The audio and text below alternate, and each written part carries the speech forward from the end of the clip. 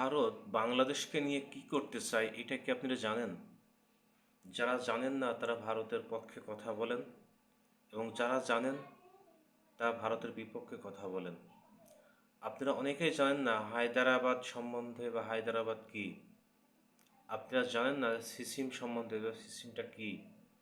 হায়দ্রাবাদ ছিল একটি স্বাধীন সার্বভৌমত্ব মুসলিম রাষ্ট্র। ভারত সেটা দখল করে নিয়েছে। একই কায়দায় বাংলাদেশকেও ভারত দখল করতে চায়।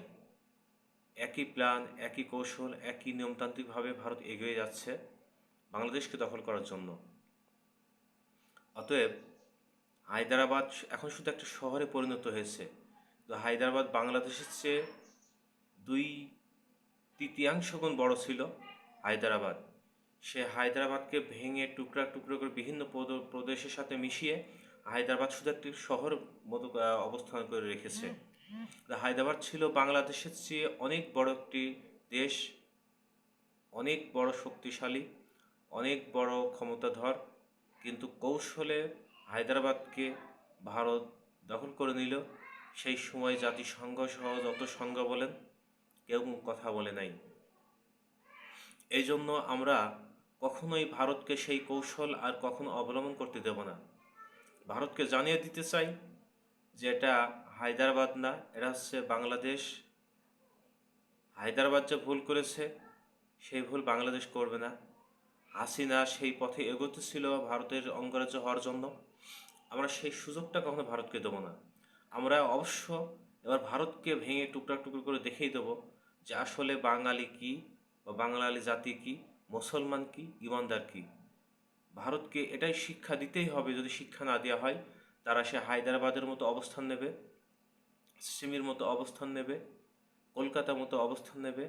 বিভিন্ন রাষ্ট্রকে তারা দখল করে যেভাবে অঙ্গরাজ্য বানিয়েছে ছোট ছোট করে, ঠিক বাংলাদেশকেই সেইভাবে দখল করবে এবং ছোট ছোট অঙ্গরাজ্যে পরিণত করবে। আমরা এই সুযোগটা কখনোই ভারতকে হতে দেবো না বা নিতেও দেবো না।